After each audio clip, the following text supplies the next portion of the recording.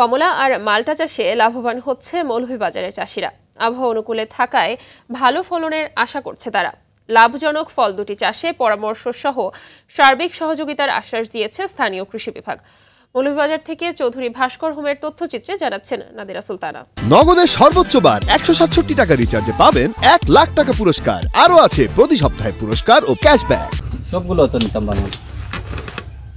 চায়ের জেলা মৌলভীবাজারের জুড়ি, বড়লেখা, কুলাউড়া ও শ্রীমঙ্গল উপজেলার পাহাড়ি টিলা কমলা ও মাল্টা চাষে উপযোগী। বিশেষ করে জুড়ি উপজেলায় বাণিজ্যিকভাবে সুস্বাদু কমলা এবং মাল্টার চাষ হচ্ছে। সব মিলিয়ে এই জেলায় ছোট বড় 100টির বেশি কমলা আর মাল্টার বাগান রয়েছে। এসব বাগানে উৎপাদিত মাল্টা এবং কমলা ভিটামিন সি এর ঘাটতি পূরণের পাশাপাশি লাভবান হচ্ছেন কৃষকরা। আমরা মাল্টা বিভিন্ন জায়গায় যায়, সিলেট যায়, ঢাকা যায়, কিন্তু আমরা যে পয়সাটা পাইতাম এই পয়সাটা কিন্তু আমরা পাই না।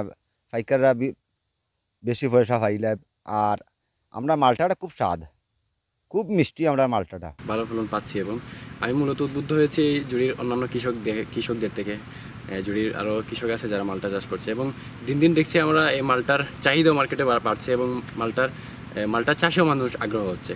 এর থেকে আমি মনে করি মানুষ আরও আগ্রহ বাড়বে এই থেকে, আমাদের দেখে কিংবা অন্যান্য চাষি বড় বড় যারা চাষি আছে ওনাদের দেখে আরও মালটা চাষে মানুষ আগ্রহ বাড়বে মানুষের। 500 জায়গায় যদি আমরা এতটুকু আগাইতাম পারি, যদি কেউ মনে করো কিয়ার 1.5 কিয়ার যদি ইলা মালটা বাগান করে বা কমলা বাগান করে বা যে কোনো ফসল করিয়া আবাদি করিয়া যদি পরিচর্যা করে, আমরা রসালো মিষ্টি ফল দুটি চাষে কৃষি বিভাগ এগিয়ে আসলে চাষিরা দেশের অর্থনীতিতে অবদান রাখতে পারবে বলে মনে করে স্থানীয়রা। নগদের সর্বোচ্চ বার 167 টাকা রিচার্জে পাবেন 1 লাখ টাকা পুরস্কার। আরো আছে প্রতি সপ্তাহে পুরস্কার ও ক্যাশব্যাক। পড়ালেখার তরুণরা ইদানিং এই যে মাল্টা চাষের দিকে তারা বেশ ঝুঁকেছে এবং মাল্টা চাষ করে অনেকেই লাভবান হচ্ছে। বড়লেখাতে খুব সুস্বাদু মাল্টা উৎপাদিত, এখানকার মাটি অত্যন্ত উপযোগী।